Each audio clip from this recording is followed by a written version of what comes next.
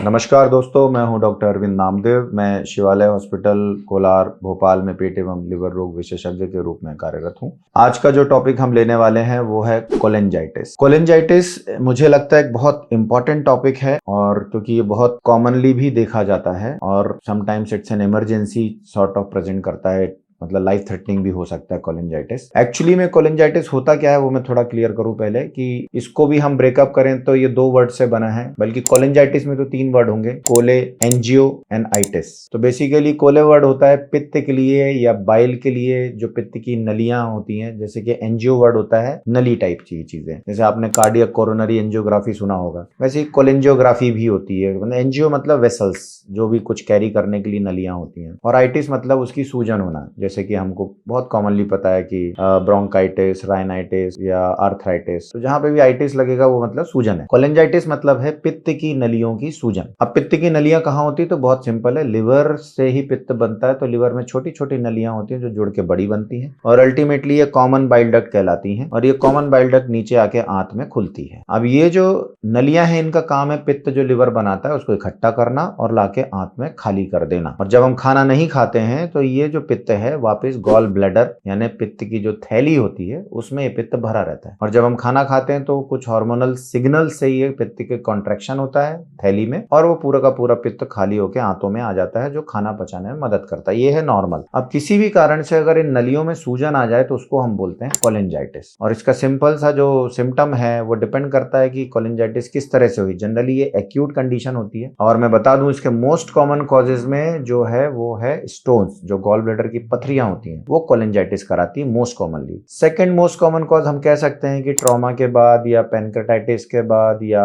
Surgery के बाद बोल सकते हैं कि कभी कभी जो इंजरी हो जाती है उससे स्ट्रक्चरिंग हो जाती है, यानी इन नलियों में निचले हिस्से में सुकड़न आ जाती है। अभी जो सुकड़न जब एक लेवल के बाद ज्यादा हो जाती है तो ये ऑब्स्ट्रक्शन क्रिएट करती है, और यही पित्त ऑब्स्ट्रक्शन के कारण जो प्रेशर क्रिएट करता है लिवर में, तो सारी नलियों में और लिवर में सूजन आ जाती है, जिसे कोलेंजाइटिस हम बोलते हैं। इसके अलावा एक कॉमन कारण है जो मतलब बोला जाए कि कोलेंजाइटिस करता है, वो है ट्यूमर्स यानी कि कैंसर। अब कैंसर की जो स्थिति बनती है वो बनती है आपकी जनरली डिस्टल में, यानी नलियों का भी कैंसर होता है जिसे हम कोलेंजियोकार्सिनोमा बोलते हैं। इसके अलावा पैनक्रियाज, जहां नली नीचे खुलती है वहां पे पैनक्रियाज के कैंसर से भी दवा आ सकता है नली में, या जहां आंतों में खुलती है आंत के कैंसर से भी आ सकता है। और इसके अलावा जो ओपनिंग होती है जिसको पेपिला बोलते हैं, उसमें एम्पुलरी ट्यूमर भी हो सकता है, जिससे कि रुकावट आ जाए, और ये रुकावट से फिर ऊपर प्रेशर चढ़ता है और जिससे कि कोलेंजाइटिस हो जाती है। मैं टॉपिक इसलिए ले रहा हूं क्योंकि गॉल स्टोन बहुत कॉमन है, पथरियां बहुत कॉमन है, और ये पथरियां जब तक पित्त की थैली के अंदर है कोई प्रॉब्लम नहीं होती, या जब ये ऑब्स्ट्रक्शन क्रिएट करते हैं तो या तो थैली में सूजन आएगी, पथरी नीचे आई तो पूरे लिवर में सूजन आएगी, और नीचे आके ऑब्स्ट्रक्ट हुई तो पूरे पैनक्रियाज में सूजन आएगी। जनरली आपके डॉक्टर्स जब भी स्टोन डायग्नोज होते हैं तो गॉल ब्लैडर में सर्जरी इसीलिए एडवाइस करते हैं क्योंकि इसके स्टोन्स के कॉम्प्लिकेशंस अगर ये अपनी जगह से डिस्प्लेस हो तो लाइफ थ्रेटनिंग होते हैं। कोलेंजाइटिस बड़ी तेजी से लिवर में सूजन पैदा करती है, जिससे दर्द भी होता है, पीलिया होने लगता है, लिवर में सूजन आती है, और अगर सेप्सिस हो जाए तो ये जानलेवा कंडीशन भी क्रिएट करती है। ऐसे ही पैनक्रेटाइटिस हो सकती है। तो इसका इलाज, अब अगर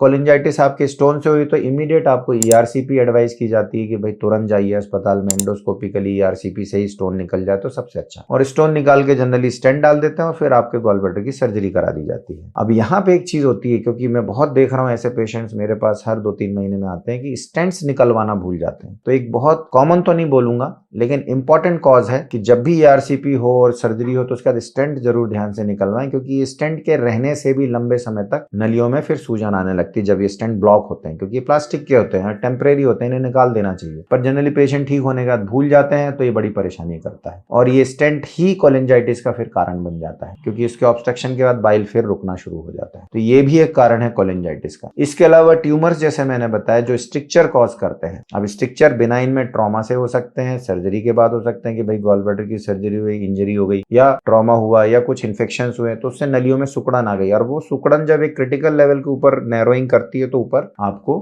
कोलेंजाइटिस हो सकती है। अब यहाँ पे ट्रीटमेंट फिर स्ट्रक्चरोप्लास्टी है, यानी स्ट्रक्चर को खोलना पड़ेगा ताकि फ्लो जो है, मतलब पित्त का फ्लो जो है अगर रेगुलर ठीक से बना रहेगा तो कोलेंजाइटिस नहीं होगी। रुकावट किसी भी कारण से हो, चाहे वो ल्यूमन के अंदर पथरी से हो, स्टेंट से हो, चाहे वॉल में स्ट्रक्चरिंग से हो, या वॉल के बाहर ट्यूमर से हो, तो ये जो है अल्टीमेटली कोलेंजाइटिस करता है। इसके अलावा जो एक कारण मैं जरूर कवर करूंगा जो थोड़ा सा अनकॉमन है, जिसे बोलते हैं ऑटो इम्यून कोलेंजाइटिस, जो प्राइमरी बिलियरी कोलेंजाइटिस कहलाती है पीबीसी, या एक प्राइमरी स्क्लेरोजिंग कोलेंजाइटिस कहलाती है। थोड़े से रेयर अनकॉमन डिजीजेस हैं, बट ये भी आपको बार बार पीलिया, बार बार बुखार, weakness, weight loss, loss of appetite की तरह ये प्रेजेंट करते हैं, और एक स्टेज के बाद ये लिवर को खराब कर देते हैं। एक स्टेज के बाद जॉन्डिस बहुत तेजी से बढ़ता है और ये जानलेवा भी हो जाता है। क्योंकि ये डिजीज ऐसी है कि भाई पथरियां, ट्यूमर, सर्जरी ये सब बहुत कॉमन है और ऑटोइम्यून डिजीज भी कॉमन है, इसलिए मुझे लगा कि ये टॉपिक कवर होना चाहिए। कुछ चीजें